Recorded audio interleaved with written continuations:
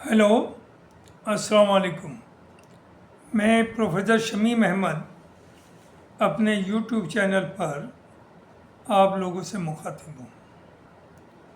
आज की बात में मैं बात करूँगा जो जीएसटी के थ्रू एक पब्लिक को या वोटर्स को रिलीफ दिया गया है। ये शायद सभी लोग जानते हैं कि ये रिलीफ क्यों दिया गया। इसकी वजह है अब की बार ट्रम्प सरकार, जो मोदी जी के इतने करीबी दोस्त थे, जिनके लिए मोदी जी ने वो मदद की जो दुनिया में कोई कर नहीं सकता। कोई हेड ऑफ द स्टेट दूसरे कंट्री में जाकर के किसी की इलेक्शन में कैंपेन नहीं करता, लेकिन मोदी जी ने अपनी दोस्ती इस हद तक निभाई कि अब की बार ट्रम्प सरकार अमेरिका में बड़ा प्रोग्राम कर दिया। अब सेकंड टर्म में आए, from the first day God knows भाई, वो मुस्तकिल मोदी जी को कह रहे हैं कि हमारे माय फ्रेंड, और मुस्तकिल ह्यूमिलेट कर रहे हैं। 50% टैरिफ लगाई और 50% जो है वो 25% टैरिफ है और 25% वो है पेनल्टी। देखिए, पेनल्टी एक बहुत बुरी चीज़ है। चाहे 2 रुपए की पेनल्टी हो, लेकिन penalty is penalty is very bad. इतने बड़े मुल्क के खिलाफ वो पेनल्टी लगा रहे हैं। अब जाहिर है उससे हमारे एक्सपोर्ट के ऊपर, करोड़ों लोगों के जॉब्स के ऊपर बड़ा बुरा असर पड़ रहा है। ऐसा नहीं पड़ेगा, बल्कि पड़ रहा है इस वक्त। लिहाजा दूसरी तरफ जो चारों तरफ डेवलपमेंट हो रहे हैं, बांग्लादेश, आपका नेपाल और दूसरी जगहों पर, उससे भी सर्टेनली गवर्नमेंट बहुत अलर्ट हो गई और हो जाना भी चाहिए। वो हमारे पड़ोसी देश हैं और जो रीजन्स, जो वजूहत वहाँ वो तख्ता पलट के आई हैं, उसकी सबको मालूम है कि that is the main thing was disparity between rich and poor and corruption, unemployment. ये इश्यूज कॉमन हैं ज़्यादातर डेवलपिंग कंट्रीज़ में। कुछ जगह पर इन पे काबू पा लेती है गवर्नमेंट, कुछ पर नहीं। तो बांग्लादेश में वही हुआ और वही नेपाल में हुआ। तो अल्लाह ना करे कि वो हमारे साथ भी यहाँ भी ऐसा हो। जो होना चाहिए वो स्मूथ थ्रू डेमोक्रेटिक मीन्स होना चाहिए। तो ये सब हालात को देख करके लोगों को मोदी जी ने एक बहुत बड़ा रिलीफ दिया। और अफसोस की बात यह है, ताज्जुब की बात यह है कि सब डिपार्टमेंट्स को इंस्ट्रक्शंस दी कि इसकी बड़ी तारीफ़ करिए, सेलिब्रेट करिए, फंक्शंस कीजिए। अरे आपने तो वो किया है कि एक आदमी को प्यासा और भूखा मार दीजिए, 10 दिन खाना ना दीजिए, 2 दिन पानी ना दीजिए। तो 2 दिन में वो 20 गिलास पानी पीता, लेकिन जब तड़पने लगा तो उसके मुंह में सिर्फ आप कुछ ड्रॉप्स डाल दीजिए तो वो कहेगा आपने मेरी जान बचा ली, आपका बड़ा एहसान है। और आप इसे सेलिब्रेट करें कि हमने उसकी जान बचा दी। अरे आपने तो उसे भूखा मारा। जीएसटी लगा करके हमने क्या किया, कफन के ऊपर हमने लगा दिया, जो क्रियाक्रम में सामग्री है उस पर हमने लगा दिया, रोटी के ऊपर लगा दिया, दही के ऊपर लगा दिया, बच्चों की स्टेशनरी के ऊपर लगा दिया। कोई चीज़ छोड़ी आपने? खाने की सब्जियां भी अगर पैक होकर आ रही उस पर भी लगा दिया। होटल्स में भी जीएसटी। तो कोई चीज़ छोड़ी आपने? आपने तो लोगों की जान निकाल दी। लेकिन ये जनता में बड़ी बर्दाश्त है। और वही बात, अंधभक्त हैं। वो है तो 20% 80% में कोई अंधभक्त नहीं, लेकिन वो 20% चूँकि they have the support of the government ruling party, तो उनका प्रोपेगेंडा इतना है कि वो 80% अंधेरे में रहते हैं।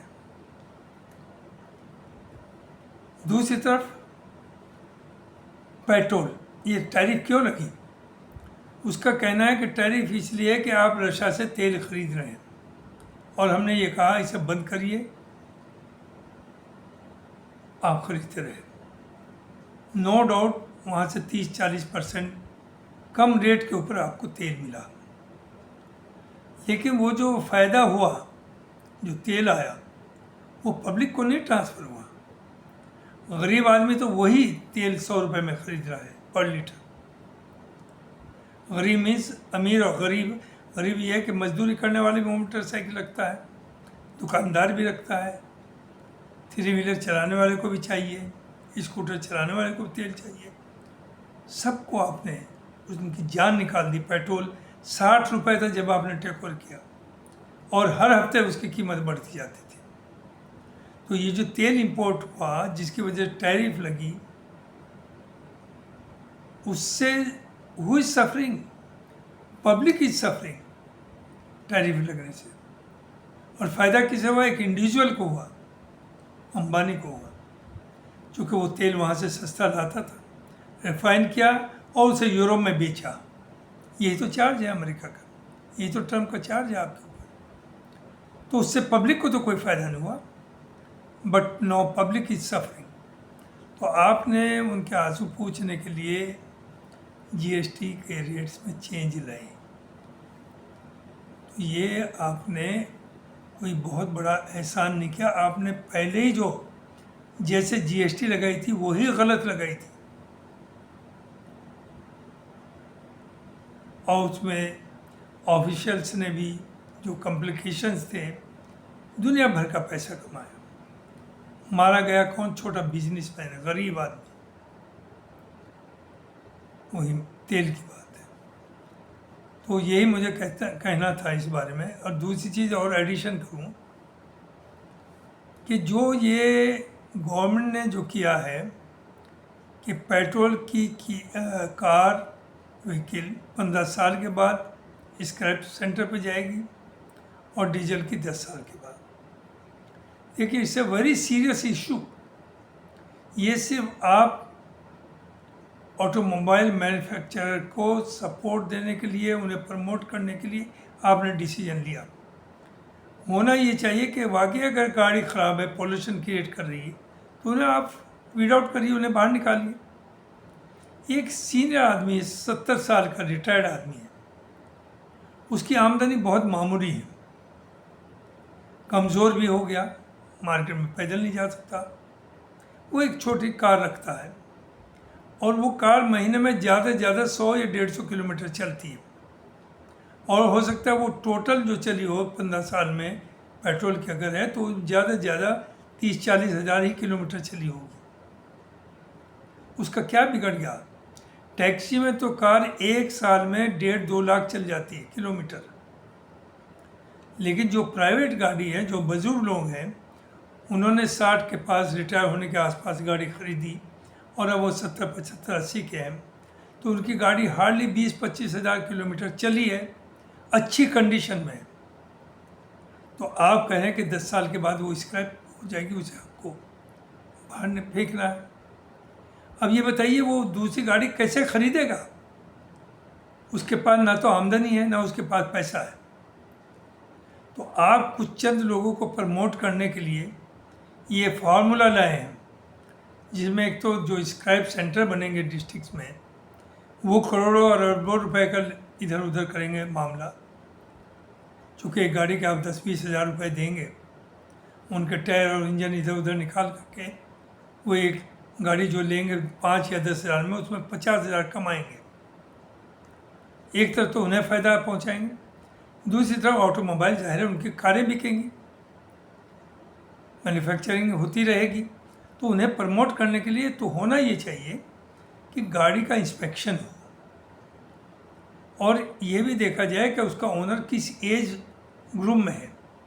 अगर एक वो यंग है, बिजनेसमैन है, 40-45 साल का है, तो उसकी हो सकता है गाड़ी 10 साल में 3 लाख या 2 लाख चल चुकी हो, और अगर वो गाड़ी वाकई इस काबिल नहीं है कि रोड पे चले तो आप उसे कंडम करा दीजिए। लेकिन आपने कहा कि कोई भी गाड़ी हो, इर्रेस्पेक्टिव ऑफ इट्स कंडीशन, वो कंडम की जाएगी 15 साल बाद या 10 साल बाद डीजल की। तो ये एक बहुत बड़ा जुर्म है, बहुत बड़ी ज्यादती है उन लोगों के लिए जिनके पास पैसा नहीं है, साधन नहीं है। वो कार रखे हुए हैं, महीने में 2-4 दिन के लिए वो कहीं मार्केट या कहीं आसपास जाना, उस गाड़ी से चले जाते हैं। अगर वो गाड़ी उनकी कंडम हो गई, स्क्रैप में चली गई, तो वो इस कंडीशन में नहीं कि वो दूसरी गाड़ी खरीद सके, उनका क्या होगा। तो मेरी अपील है कि और लोग इस बारे में आवाज़ उठाएं, और सर्टेनली जो गाड़ियाँ पोल्यूशन क्रिएट कर रही हैं या इस काबिल नहीं है, उन्हें आप बंद करें, उन्हें आप कंडम करें, उन्हें आप स्क्रैप हाउस भेजें। लेकिन गाड़ी की कंडीशन कितनी चली है, इंजन की क्या कंडीशन है, ये सब देख करके तब तय किया जाए कि इस गाड़ी को कंडम करना, रोड से हटाना या इसे चलते देना चाहिए। तो मुझे ये कहना था। बहुत बहुत शुक्रिया। Thank you very much.